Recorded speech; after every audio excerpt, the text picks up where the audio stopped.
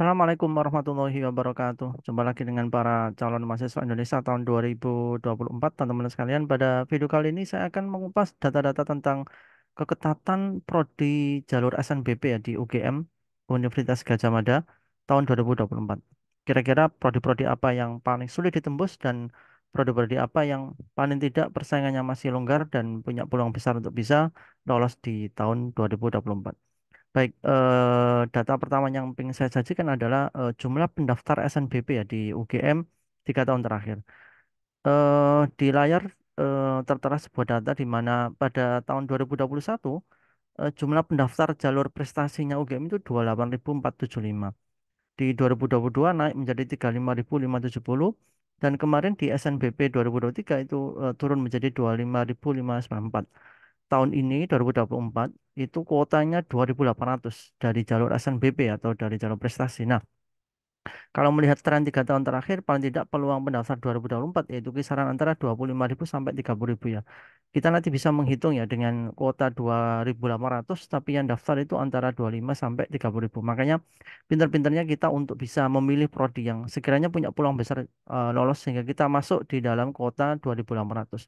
Tidak kita memaksakan memilih prodi yang memang sangat ketat, apalagi kalau kita tidak punya modal yang cukup kuat. Modal-modal yang dibutuhkan di SNBP itu ada 4 ya, nilai rapor, prestasi lomba, indeks alumni, dan indeks sekolah. Baik, dan di channel ini akan juga kita bahas banyak hal tentang bagaimana kita bisa melakukan strategi supaya lolos di SNBP, SNBT, dan jalur mandiri 2024. Apa sih tingkat keketatan yang akan kita bahas? Yaitu adalah angka yang diperoleh dari daya tampung atau kuota dibagi jumlah peminat kali 100%. Sebagai contoh, kalau ada prodi kedokteran, daya tampungnya 50, peminat 1000, maka 50 dibagi 1000 sama dengan 5%. Jadi angka keketatan atau peluangnya 5%. Kesimpulan dari angka ini adalah jika semakin kecil angka keketatan ya, maka semakin tinggi persaingan atau peluang semakin kecil. Makanya prodi-prodi yang angka keketatan kecil itu berarti peluangnya kecil. Prodi yang angka keketatan besar berarti peluangnya lebih besar. Nah, kita akan cek di UGM tahun 2024 ini peta persaingan di masing-masing prodi itu seperti apa. Kita akan buka dari klaster yang pertama di kelompok Saintek UGM. Ya, di layar tampak 5 prodi yang paling ketat ya di UGM untuk kelompok saintek yaitu kedokteran, teknologi informasi, ilmu komputer, ilmu keperawatan dan gizi. Bayangkan peluangnya hanya 2 sampai 2, 3 dan 4% saja, masih di bawah 5%. Karena memang kuotanya terbatas, peminatnya sangat banyak. Jadi FK itu 2.000 lebih, kemudian ilmu keperawatan 1.000 lebih, gizi dan teknologi informasi mendekati 1.000. Padahal kuotanya di bawah 50 ya, hanya FK aja yang 54. Sehingga angka keketatannya itu sangat kecil, angka peluangnya sangat kecil ya, 2, 3 dan 4% saja. Kalau di kelompok sosum ada Ilkom, manajemen, HI, psikologi dan pariwisata dengan angka ketatan 2, 3%. Bermirip ya dengan yang kelompok saintek ya. Karena ini memang kuotanya terbatas, peminatnya sangat besar sekali. Manajemen sama psikologi ini di atas 1.000 ya. Pariwisata ini karena memang hanya 21, tapi yang minat lebih dari 500 ya. Ilkom juga hanya 24 kuotanya, tapi yang daftar lebih dari 800. Makanya menyebabkan keketatannya sangat kecil, peluangnya sangat kecil, persaingannya sangat tinggi.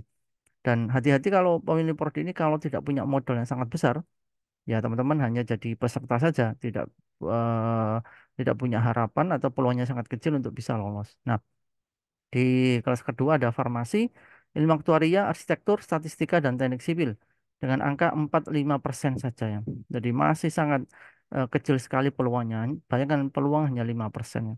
Di sosum ada akuntansi, hukum, sastra Inggris, bahasa dan kebudayaan Korea, dan sastra Arab dengan angka 4, 5, 6, 7% ya. Sastra Arab ini lumayan di angka 7% ya. Tapi ini masih di bawah 10% ya. Ini sudah peluangnya masih sangat kecil. Di layar satu ini adalah 10 prodi sosum, 10 prodi saintek dengan eh, persaingan yang sangat tinggi ya, karena memang peluangnya masih di bawah 10%. Kita masuk di layar kedua, di saintek ada kedokteran gigi, teknik biomedis, PWK, teknik industri, dan tekpang ya, teknologi pangan hasil pertanian. Di angka 5, 6, dan 7% ya. Peluangnya masih di bawah 10%. Kemudian kalau di sosum ada manajemen dan kebijakan publik, politik dan pemerintahan. Bahasa dan kebudayaan Jepang, ilmu ekonomi dan pembangunan sosial kesejahteraan. Di angka 7, 8, 9, 10% ya. Di pembangunan sosial dan kesejahteraan ini sudah mulai menyentuh angka 10% ya, 1/10. Jadi satu kursi diperebutkan oleh 10 anak.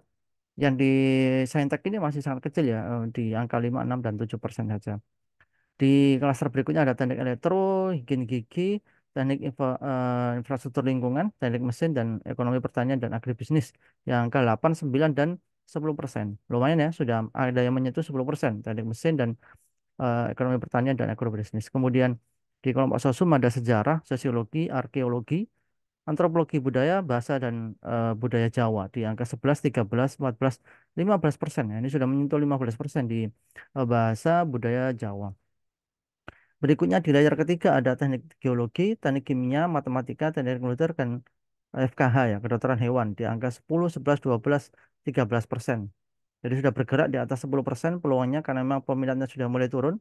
Kemudian di sosum ini di tiga periode terakhir ada sastra Indonesia, bahasa dan sastra Perancis, filsafat di angka 16, 18, dan 21%. Jadi prodi sosum di UGM itu paling kecil persaingan atau paling tinggi peluangnya itu di filsafat ya. Kuotanya 45, yang daftar hanya 212. Berikutnya di kelompok saintek ada mikrobiologi pertanian, teknik geodesi, kehutanan, geografi lingkungan, dan geofisika. Di angka 14, 15, dan 16%.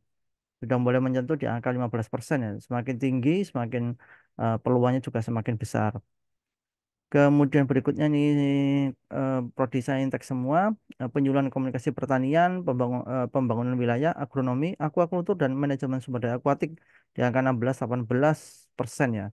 Terus bergerak di angka mendekati 20% ya. Ini prodi-prodi yang ya menjadi alternatif pilihan untuk teman-teman yang modalnya tidak cukup kuat untuk bisa memilih prodi-prodi yang memang punya peluang besar untuk bisa lolos. Berikutnya ada ilmu tanah, teknologi industri pertanian, elektronika dan instrumentasi, teknik pertanian, teknologi hasil perikanan di angka 20, 21, dan 22. Ya, ini sudah seperlima ya. Seperlima dari peserta diterima karena memang peminatnya di bawah 200 ya. Dengan kuota ya rata-rata 25, peminatnya di bawah 200. Kemudian ada kartografi penginderaan jauh, biologi, kimia, proteksi tanaman, ilmu dan industri peternakan. Di angka 22, 23, dan 28, bahkan ini 30% ya.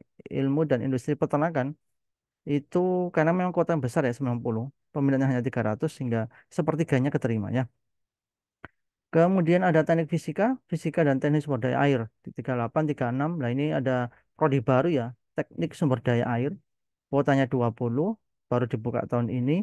Dan ini adalah prodi terbarunya UGM di angka 20 untuk kuotanya. Untuk prodi yang paling besar peluangnya itu teknik fisika dan fisika ya di 34 dan 36 mendekati 40% di atas. Nah, rata-rata di layar terakhir ini adalah prodi-prodi yang memang layak untuk dilirik, bisa dijadikan sebagai alternatif untuk bisa lolos di SNBP UGM tahun 2024. Kalau teman-teman memang modalnya tidak kuat, ya layar-layar ke 34 yang terakhir itu cukup menjadi alternatif. Tapi kalau teman-teman punya modal yang kuat, misalnya